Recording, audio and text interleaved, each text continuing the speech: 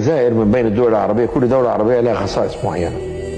الجزائر دولة شديدة المراس، شعبها يتميز بقدر من القدرة على التحمل والمواجهة، لأنهم مروا بتجارب صعبة للغاية عبر التاريخ أدت أحيانا إلى اختفاء الدولة الجزائرية ثم ظهورها في مرحلة معينة وهكذا.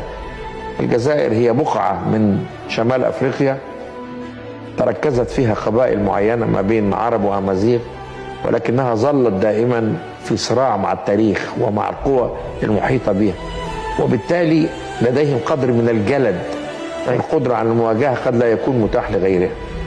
وأظن أكثر شعبين عندهم يعني قدرة على المواجهة الدامية هم العراق في الشرق والجزائر في الغرب، رغم أن الشعبين يمكنوا من أطيب الشعوب العربية على الإطلاق. فكان من الطبيعي أن هذا الشعب الجزائري قدرته على التحمل لها حدود.